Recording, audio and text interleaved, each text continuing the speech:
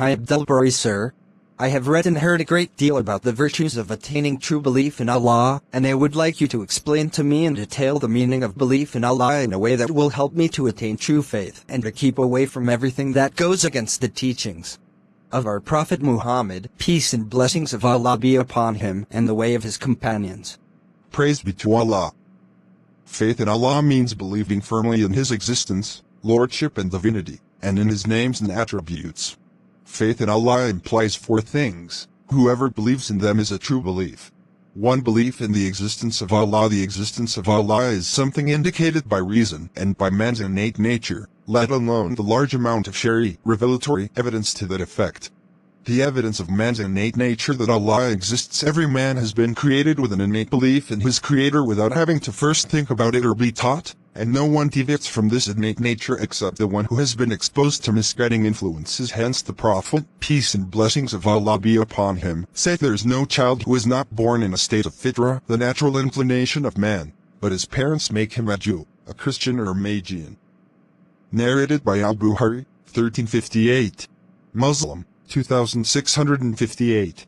The evidence of reason that Allah exists. All these created things, past, present and future, must have a creator who brought them into existence, because it is not possible for them to have created themselves or to have come into existence by accident.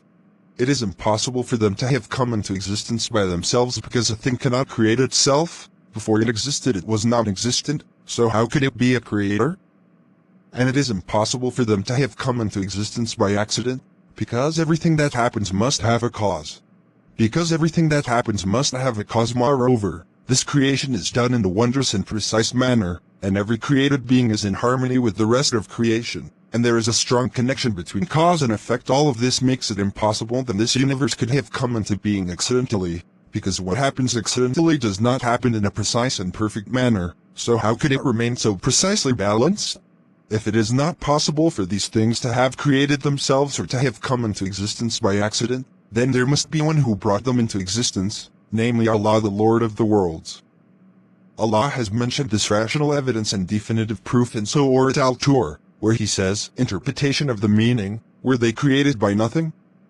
Or were they themselves the creators?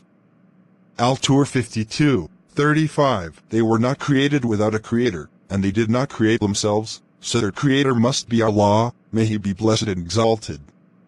Hence when Jubayr ibn Mut'im heard the Messenger of Allah, peace and blessings of Allah be upon him, reciting Surat Al-Tur, and he reached these verses, interpretation of the meaning, were they created by nothing? Or were they themselves the creators? Or did they create the heavens and the earth? Nay, but they have no firm belief. Or are with them the treasures of your Lord? Or are they the tyrants with the authority to do as they like?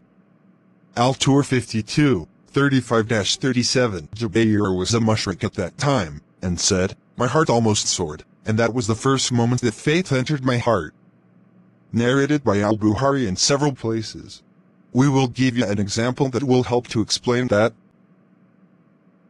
If a person were to tell you of a beautiful palace, surrounded by gardens among which rivers flowed, filled with furniture and couches, decorated with all kinds of luxuries and adornments, and told you that this palace and all that it contains created itself, or came into existence like that by accident without anyone building it, you would hasten to deny that and regard it as a lie, and you would regard this as foolish speech.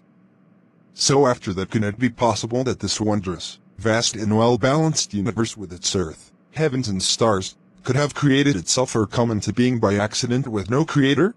This rational evidence was understood by a Bedouin who lived in the desert and who expressed it most eloquently when he was asked, how do you know your Lord?